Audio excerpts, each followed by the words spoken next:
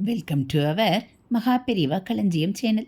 இன்றைக்கி நம்ம ஆன்மீக கதைகளில் கிருஷ்ண நாமத்தால் சோறு கிடைக்குமா என்பதை பற்றி தெரிந்து கொள்ளலாம். ஒரு கிராமத்தில் வேலையில்லாத இளைஞன் ஒருவன் ஊர் சுற்றி திரிந்தான். அங்குள்ள குளக்கரையில் இருந்த கிருஷ்ணன் கோவிலில் திருவிழா விமர்சையாக நடந்து கொண்டிருந்தது. பக்தர்கள் கூடி ஒரு நாள் முழுக்க கிருஷ்ணநாமத்தை ஜபம் செய்தார்கள். வேலையில்லாத இளைஞனுக்கு அந்த நாமத்தை கேட்கும் வாய்ப்பு ஏற்பட்டது. கிருஷ்ணா என்ற இந்த வார்த்தையில் என்னதான் இருக்கிறது என்று அவன் சிந்தித்தான். விடை தெரியவில்லை. அங்கிருந்த பெரியவரிடம், கிருஷ்ணா கிருஷ்ணா என்று கூச்சல் போடுகிறீர்களே, அதனால் என்ன கிடைத்துவிடும்? எனக்கு பசிக்கிறது, உங்களுடைய கிருஷ்ணனால் எனக்கு சோறு போட முடியுமா என்று கத்தினான். பெரியவர் அந்த இளைஞனிடம், கிருஷ்ணநாமத்தை சொன்னால் சோறு மட்டுமல்ல, நீ எதை வேண்டுகிறாயோ அது கிடைக்கும் என்று சொன்னார். இளைஞனுக்கு கிருஷ்ணன் மந்திரத்தின் மீது சிறிதும் நம்பிக்கை இல்லை. என்றாலும் அந்த பெரியவர் சொல்கிறாரே என்பதற்காக கிருஷ்ணநாமத்தை சொல்ல முடிவெடுத்தான். ஊருக்கு அடுத்தாற்போல் இருந்த காட்டுப்பகுதிக்கு சென்று தனியாக அமர்ந்தான்.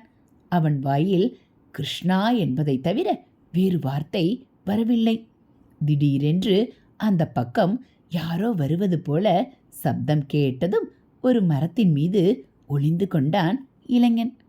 ஒரு வழிப்போக்கன் அந்த மர நிழலில் அமர்ந்து அவன் கொண்டு வந்த கட்டுச்சோற்றை சாப்பிட்டான். அசதியில் அங்கேயே தூங்கிவிட்டான். இளைஞனோ கண்ணை மூடியபடி மரத்தில் அமர்ந்தே கிருஷ்ண நாமத்தை ஜபித்து கொண்டிருந்தான். சிறிது நேரத்தில் கண்விழித்து பார்த்தவனுக்கு ஒரு ஆச்சரியம் காத்திருந்தது. இன்னொரு கட்டு சாதத்தை மரநிழலில் மறந்து வைத்துவிட்டு வழிப்போக்கன் சென்று விட்டான். கிருஷ்ணநாம மகிமையால் தான் இந்த சாதம் தனக்கு கிடைத்தது என்று எண்ணி வேகமாக மரத்தை விட்டு கீழே இறங்கினான். ஆனால் வந்த வேகத்தில் அவன் அப்படியே நின்றுவிட்டான். எவனோ வழிப்போக்கன் மறந்துவிட்டு போன சோற்றை சாப்பிடுவதில் அவனுக்கு உடன்பாடில்லை.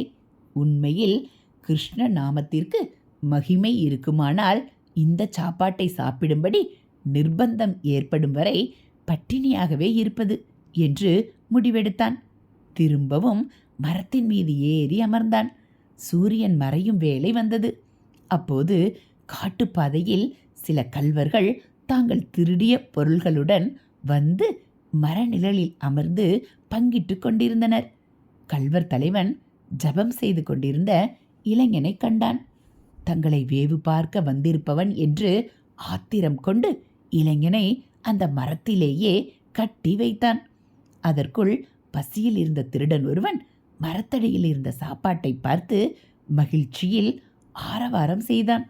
ஆனால் கள்வர் தலைவன், இந்த சோற்றை நாம் சாப்பிடுவது கூடாது, நம்மை கொல்லும் நோக்கத்தில் விஷம் கலந்து இவன்தான் வைத்திருப்பான், அந்த சோற்றை அவனுக்கே கொடுப்போம் என்று சொல்லி இளைஞனை சாப்பிடும்படி கட்டாயப்படுத்தினான்.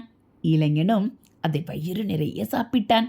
இளைஞன் சாப்பிட்ட பிறகும் அவன் சாகாததை கண்ட திருடர்கள் உணவில் விஷம் இல்லை என்பதை அறிந்தனர். இளைஞனால் தங்களுக்கு எந்த தீங்கும் ஏற்படாது என்ற முடிவுக்கு வந்தார்கள். கள்வர் தலைவன் இளைஞனை கற்றிலிருந்து அவிழ்த்து விட்டதோடு தன்னிடம் இருந்த பணத்தில் கொஞ்சமும் கொடுத்தான். நம்பிக்கையில்லாமல் கிருஷ்ணநாமம் சொன்னதற்கே இவ்வளவு பலன் கிடைத்ததே என்று எண்ணியவன் அழியாத செல்வம் கிருஷ்ணநாமம்தான் என்ற முடிவுக்கு வந்தான். காற்றிலிருந்து ஊரில் இருக்கும் கிருஷ்ணர் கோவிலுக்கு வந்து திருடன் தந்த பணத்தை உண்டியலில் போட்டான்.